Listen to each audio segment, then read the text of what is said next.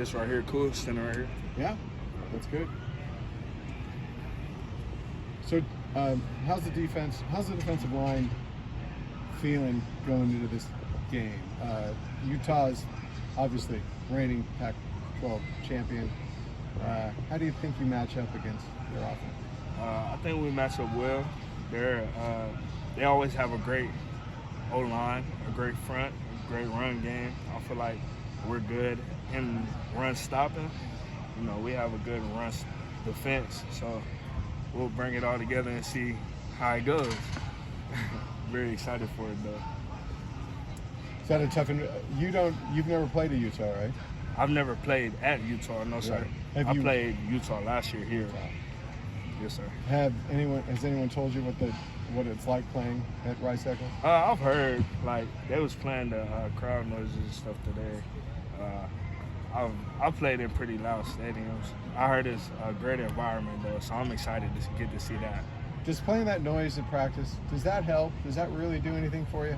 You can tell us. You can give us the secret right now. I mean, it helps. It does? It does. Okay. It does, for sure. So what would have been your, I guess, previous experience in a rowdy environment? Would that have been, like, I guess, North Carolina, just 'cause the rivalry with Duke? That's always a big one. My first college game was at Notre Dame. So, but it was during COVID, but it was still rocking. And then also Virginia Tech was very loud for me. That's when I was at Duke. When I was here, I would probably say Oregon was probably the loudest. When we had the college game day, it was fun. But that was fun. You guys obviously have the crowd noise, like you said. You Right. also play really loud music during practices. Right. So, like, do you notice a difference in noise, or is it just all noise to you? It's just noise. It doesn't really make me too much of a difference. I gotta pay attention to the ball anyway, so the crowd noise and all that going on doesn't really do nothing for us. How do you think you've been doing so far this season? You look like you've leaned up a little. A little bit. I feel like I've been doing pretty good.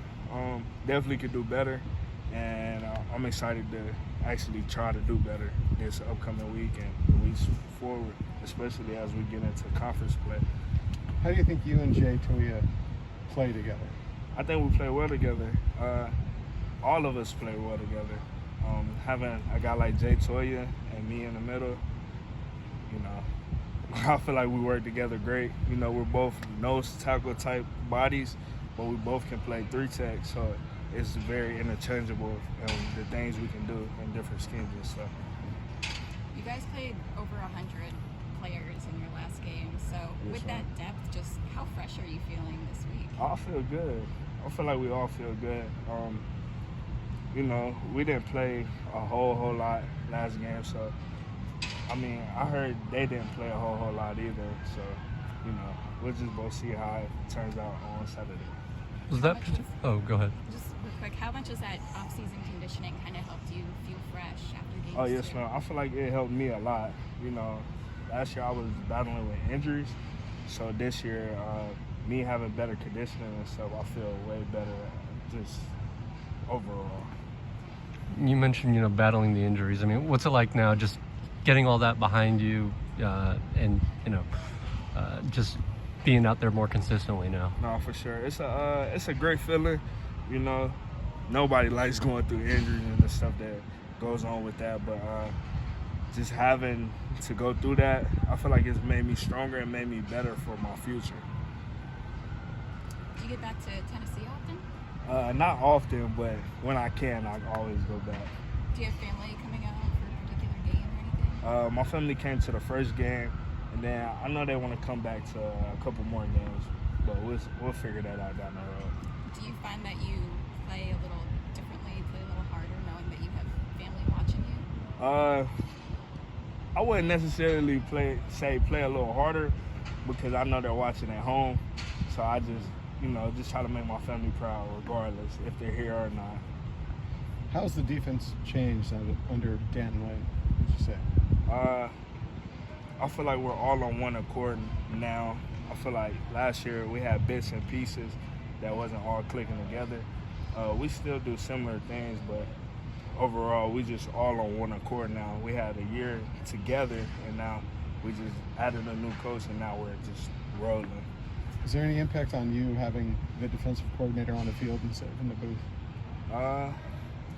Not really. I love having him on the sideline though. It's good. Either way. Why do you love it? Just because you can see his face, his energy, he brings it. He always brings it. So it's just exciting to see your defensive coordinator there with you, excited and just going, fired up. So Chase Griffin and Justin Martin are simulating the quarterbacks you could see against Utah. Just how valuable are those two guys and what they do to help you prepare? You talking about Chase and Justin Martin? Yeah. Oh yeah, they're very valuable. Just to have those guys giving a great look every week, you know, they're doing a great job, and they're actually simulating what those quarterbacks do. They're very talented. Is it any easier knowing that, I guess, Nate Johnson, you know, has that dual threat ability, kind of like Cam Rising does, so that, you know, no matter who ends up playing for them, I guess the scheme might be very similar? Their scheme will probably be very similar. We're just preparing for the scheme. We don't know who's going to play where, you know, it's nameless, faceless appointments. So we're just getting ready to prepare for Utah, not just certain players. That nameless, faceless opponent phrase, is that something that comes from Chip? We've heard a lot of you guys say that. So Yeah, I'm curious where that comes from. That's Coach Kelly's line, but that's what we play by, because, like, when you play it nameless, faceless, like, it doesn't matter who lines up in front of us. We're going to play ball, and hopefully you play ball as well. Good. Good.